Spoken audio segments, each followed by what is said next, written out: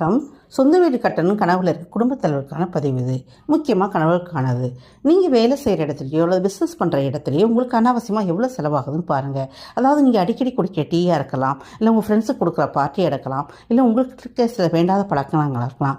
இந்த மாதிரிலாம் உங்களுக்கு எவ்வளோ செலவாகுதுன்னு நீங்கள் ஒரு கணக்கெடுத்து பாருங்கள். உங்களே ஒரு செல்ஃப் அனாலிசிஸ் பண்ணி பாருங்கள். அதே மாதிரி சில பேர் பிராண்டட் ஷர்ட், பிராண்டட் ஃபோன், இந்த மாதிரி பிராண்டட் ஐட்டம் பின்னாலே போவாங்க. அப்படி எப்போதுமே பிராண்டட் ஐட்டங்கள் வாங்கணும் அவசியம் இல்லை.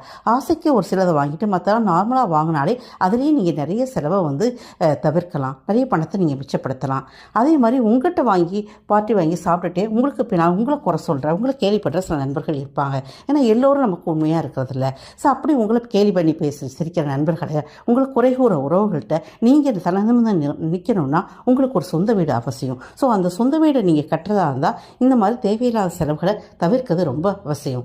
அந்த மாதிரி விஷயங்களை நீங்கள் தவிர்த்து பாருங்கள். கண்டிப்பாக உங்கள் வாழ்க்கையில் அது ஒரு நல்ல